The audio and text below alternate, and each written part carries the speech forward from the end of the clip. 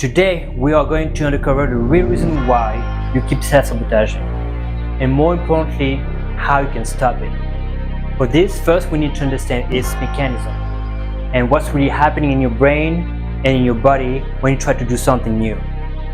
Then we go over the mental framework that we all operate from and how to disrupt this pattern and create new ones. So grab a pen and paper. You want to take some notes to get the most out of it. Let's go. Alright, let's get into it. This here is us right now. This is our brain, and this is a representation of our nervous system. So before you start to do something new, what do you have? You have a vision, right? Something you want to experience in your life in the future. So we're going to have a vision here. Let's say this is the future here, and we have a vision. This part here, the current self, is going to be living in the flesh. When you have a vision, this is happening in the future. It's something that is not palpable yet. So this is happening in your spirit realm, right here. So the goal for you is to bring your vision into your present moments, right? But first, what's happening when you have a vision is that it creates something very exciting for you. You feel like you almost achieved it if you are dwelling into that vision. And that creates a lot of motivation, right? What's happening when you have this vision is that you are actually creating a new you. This new you happens to live in your spirit.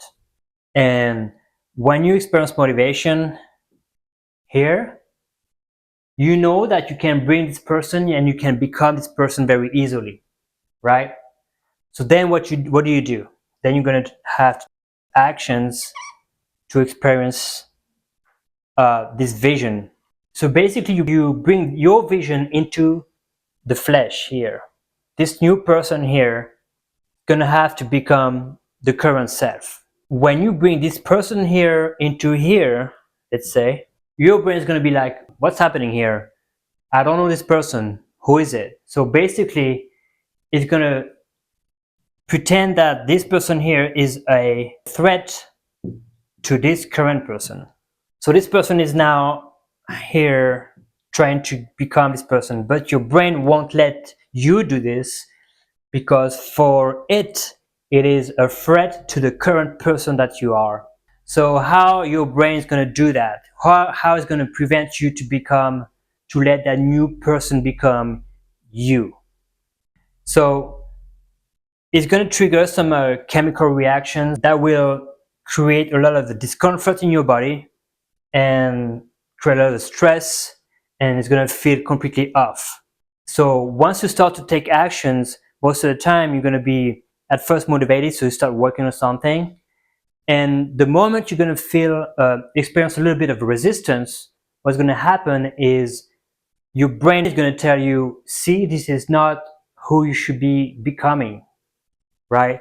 So it's going to create that stress within you, and it's going to use some emotions that have been stored in your body that you are not really aware of.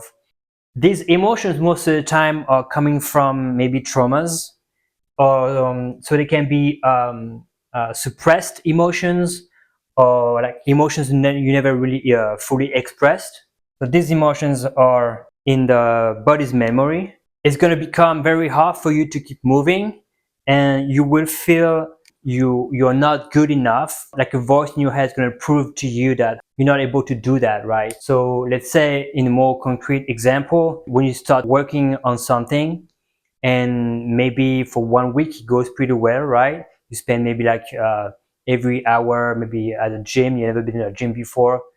Maybe for 1 week it goes pretty well. 2 weeks it's okay, and then something comes in the middle of it and it's hard to get back to it, and somehow your brain is telling you, hey, you see, you cannot really become that person. It's a very extremely powerful system that's going to prevent you to surpass yourself, to become a new self, basically. A way to cope for most of us is going to regroup onto something that feels good. This is where your brain is going to self-sabotage by leading you to doing something that you are very familiar with. There's going to be a reward mechanism set in place for you to do anything that you can, but the thing you should be doing to become that person. The reason for that is because you took action and then you stop the action, so you feel maybe shame or some guilt for not being able to become that person.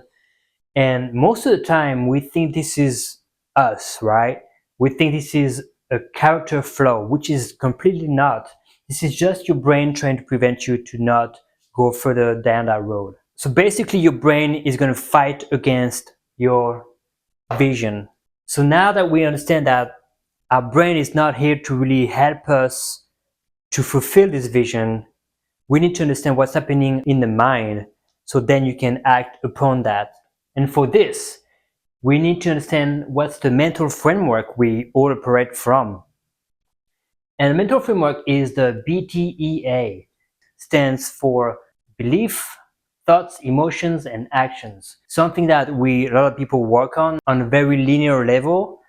I like to present it in a different way to go a little deeper. So in this diagram here, we have here our belief system, and our beliefs are going to tune us to certain type of thoughts here. And these thoughts are going to generate emotions in our body. Our emotions are going to create the type of actions we are going to take, right? And we go back into the next step, that our actions are going to generate emotions, and emotions will reinforce our thoughts process. I'm going to go deeper into this really quick, very soon. And our thoughts are going to reinforce our belief system. And this is creating a loop, a non-stop loop that is constantly working non-stop. Our belief system, where a core belief is being created, this is how you see yourself, this is what you think of yourself. So all of this is being built by your environment since you were born, and or experience you've lived throughout your life. Habits formations happen at the thoughts level too, and emotions. And there is a very strong connection between these two, because thoughts going to generate emotions, and emotions going to trigger new thoughts, and new thoughts going to originate emotions again over and over. So now that we know this, we understand this process, right? First of all, one thing that is very important for you to, before doing anything, is to be aware of this, is to be aware of, like, what do you think most of the time?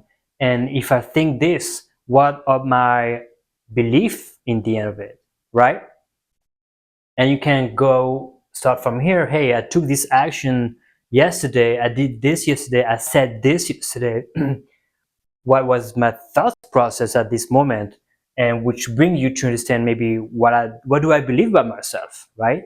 So knowing all of this pattern now, this loop, we need to understand how you can disrupt this.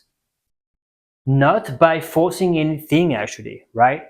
But by making sure first you take care of something very valuable. Before we go even further into this last part here, I just want to share with you that I have created a guide that explains all of this, but even more than that, it gives you the type of self-sabotage you experience and in what area of your life. So make sure you check it out. I'll leave the link in the description box below. Right, so now that we understand all of this here, or more precisely what is missing, and that leads us to experience frustration and stress and all that stuff when we cannot move forward. So basically, what's very important is to understand your state of being, right? So you have to act on your state of being, because you cannot think your way out. If you're here trying to work or something, you experience resistance, and you start to think about maybe you're not worthy of doing this, and that creates all, chain of emotions, and that we talked earlier. where basically there's no way for you to think of something else that will take you back to your motivation state, I would say. What do you have to do? Basically, you have to focus, you have to bring your focus back to your biology. So biology comes first all the time. So we see people doing this in many occasions, and we're gonna go through that real quick. So, but before, I want to mention something that a very good YouTuber talks about. It's called the powerful state and the primal state. So his name is Dave Bayer. You can check it out. He's got some very good content out there. So basically, let's say here we have the primal state. So when you live in this stage here, you experience stress. You are in the survival mode basically.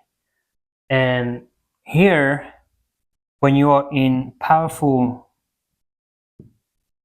mode, where you are at rest, your body is calm, like you can be at the end of your digestion process, you feel relaxed, there's nothing that worries you basically, right? So we need to understand that we cannot be in one and the other at the same time. There's no way for you to be here at 80% here and 20% here. It doesn't work this way. You are either here or either here, right? So this is not working this way. And all of this is regulated by our nervous system. This is why we have it here, because it's pretty important to mention it, right? Our nervous system is the connections between everything in your body, and it's ruling basically what kind of state you are in. And if you are in a primal mode, you are in a sympathetic state. If you're in a powerful mode, you are in a parasympathetic state. Alright, so when you get there, basically, if you are experiencing any stress or any frustration or anger generated by your brain basically telling you, oh, you're not enough when you do this because you experience resistance. So you get in that state here. And when you manage to get in a state of being that is powerful, then your nervous system operates under a parasympathetic state. So once you get this, basically the threat here created by your brain has passed. How to get to this point is one very simple thing to do is to move. So you got to move to be able to connect to your true inner self that will remove your brain judgment. So in that situation, you can go walk, you can go do some breath work, you can go for a run, workout, get active, and then you're going to shift your state of being. There's something I want to mention here, and I will be mentioning after also here. Something that is extremely powerful too. If you go walk and change your state of being, something you can do right after it is pray. Praying is extremely powerful. You can also meditate, and it will give you access to something deeper than your conscious, because you create a connection with your actual vision, which is in your spirit. We can apply this to a very specific verse of the Bible, which is Romans 12:2.